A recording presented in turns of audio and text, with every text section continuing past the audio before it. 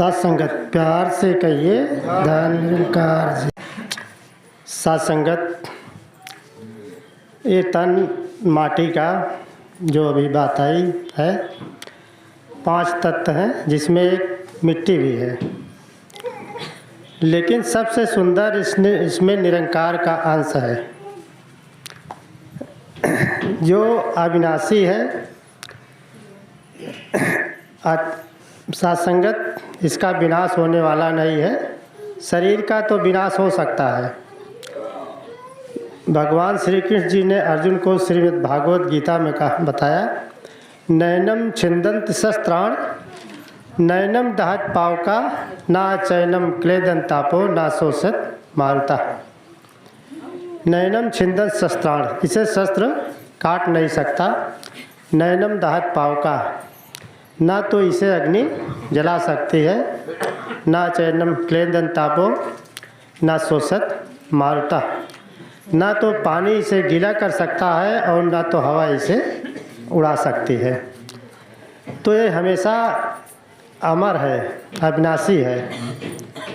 तो सात संगत, लेकिन क्या लेकर के जाना है? तो सात संगत जो ज्ञान से नहीं जुड़ता है, अपनी मति के अनुसार जीवन जीता है, वो तो अपने कर्मों को लेकर जाता है।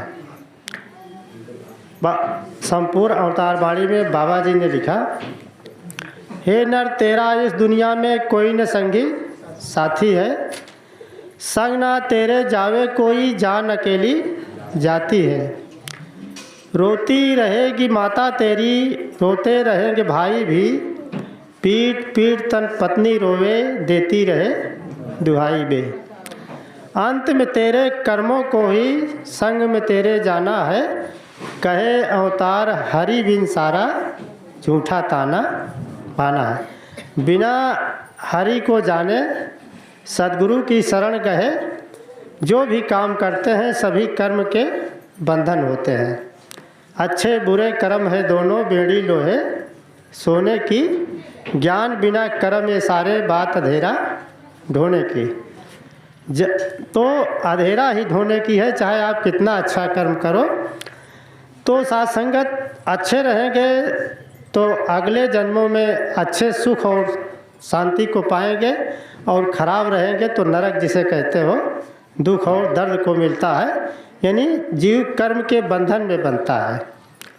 लेकिन जो समय के सद्गुरु से जुड़ जाता है, ज्ञान को पा जाता है, निरंकार को जान जाता है, अपने को पहचान जाता है, तो क्या लेकर के जाता है? दिन दिन आयु घटती जाती, समय गुजरता जाता है। ए नर मूर्ख सोच समझकर होश में क्यों नहीं आता है। सब कुछ यहीं पर रह जाना है। जो रात दिन आदमी परेशान है माया इकट्ठा करने के लिए, वही बात है कि सब कुछ यहीं पे रह जाना है। छोड़ो व्यर्थ बहाने को, समय गया फिर हाथ न आए, जानो असल ठिकाने को। इस जग में मत उलझो प्यारे, झूठ कताना बाना है, कहे अवतार ज्ञान ही केवल अंत संग में जाना है। तो यही प्रभु परमात्मा का ज्ञान जो है अंत में जाएगा। जो बात आ रही थी यज्ञ की, तो यज्ञ का जो प्रभु परमात्मा से नहीं जुड़े हैं, वो यज्ञ के द्वारा इसे जानना चाहते हैं। लेकिन शहंशाह जी ने कहा कि जब तब से ना जाना जाए, कर्म धर्म से कोसों दूर, कहे अवतार मिले या सद्गुरु तो ईश्वर का दिखे नूर। यज्ञ का वास्तविक यज्ञ वो है, या से यह जो आप जान रहे हो, जो आपके बिल्कुल करीब है, अज्ञा से ज्ञान। जो यह है, जो ज्ञान लिया है वो यह कहता है, और जो ज्ञान नहीं है वो वह कहता है, दूर बताता है। हाँ, तो सात संगत तो वास्तविक यज्ञ है जो यह निरंकार है, इसका ज्ञान। और जब इसका ज्ञान हो जाता है तो जैसे अग्नि जो है समस्त वनस्पतियों को जलाकर भस्म कर देती है। आग को जला दो, जितनी भी लकड़ियाँ आग डालते जाओ, कूड़ा करकट सब जल करके राख होता जाएगा, उसका अस्तित्व नहीं रहेगा। इसी तरह से जब ज्ञान को देख करके सद्गुरु के आदेशानुसार जब भगत कर्म को करता है तो इसके सारे कर्म जो है सब ज्ञान रूपी अग्नि में भस्म हो जाते हैं। सासंगत कहा है, यथे ध्यान समृद्धो अग्निर्भस्म सात कुरते अर्जुन, ज्ञानाग्नि सर्व कर्माणि भस्म सात कुरते तथा। हे अर्जुन, जैसे अग्नि जो है समस्त वनस्पतियों को जलाकर भस्म कर देती है, उसी प्रकार से ज्ञान रूपी अग्नि तेरे सारे कर्मों को जला करके भस्म कर देती है। तो जब ज्ञान अंत में जाता है तो सारे कर्म जो हैं वो यहीं पर समाप्त हो जाते हैं। तो पाप पुण्य जब दोनों नासे तब मोरे पुर बासे। जब पाप और पुण्य दोनों समाप्त हो जाते हैं, सद्गुरु को समर्पित हो जाते हैं, तो सासंगत तो उसका कर्म शून्य पर आ जाता है। तो कर्म के बंधन में महात्मा नहीं बचता है। सासंगत तो ज्ञान का दीपक अगर हाथ में रहेगा तो फिर अंधेरा नहीं रहेगा। तो सासंगत ये दर इसी ज्ञान को देने का दर है सासंगत, और जो ज्ञान को प्राप्त कर लिया है सासंगत उसका जीवन धन है। दास माता जी से अरदास करता है कि आप सभी को सारे सुख देना और संतों के साथ भी बनाए रखना, तो बड़ी कृपा होगी। प्यार से कहिए धन निरंकार जी। चरण अधिपत्य तथा किम तथा किम तथा किम तथा किम। तीन बात आप कोई कह देते हो तो त्रिवाचा मान लिया जाता है, लेकिन जगत गुरु शंकराचार्य जी ने तीन के आगे 4 बार कहा कि तथा किम तथा किम तथा किम तथा किम। यानी शरीरम स्वरूपम, शरीर भी बहुत अधिक सुंदर हो, तथा वकलतरम, पत्नी भी आपकी बहुत सुंदर हो, धनम मेर तुल्यम, धन जो आपके पास सुमेर पहाड़ के समान हो।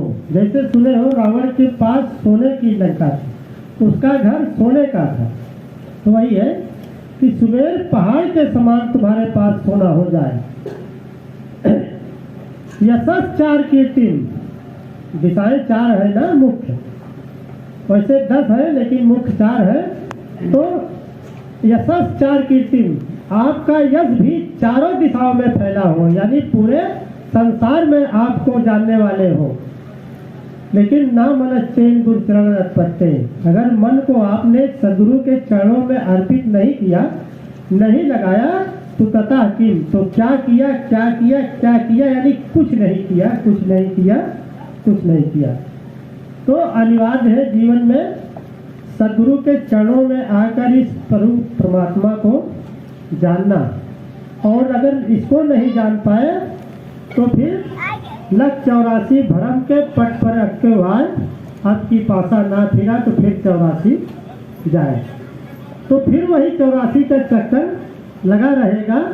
84 के चक्कर से छुड़ाने के लिए ही सदगुरु निराकार जो है साकार में आता है, और अगर आपने इसका लाभ नहीं उठाया तो कोई मायने जीवन का नहीं रह गया। तो जीवन उसी का सार्थक माना जाता है जो समय रहते सदगुरु से अपनी पहचान कर लेता है। ईश्वर की पहचान अपनी पहचान होती है कि मैं कौन हूँ, कहाँ से आया हूँ और कहाँ जाना है। तो कहाँ जाना है वो घर जान लो, नहीं तो क्या होगा, पहुँचेगा कैसे घर अपने, यदि घर की पहचान नहीं करोगे कैसे जीवन लेखा। कर्म की पुस्तक कोरी है, कहे अवतार जगत की प्रीति, कच्चे सूत की चोरी है। संसार के जो प्रीत है वो कच्चे सूत की तरह है। तो अपने घर की पहचान कर लो, तो घर की पहचान कराने वाला समय का सदगुरु आया है।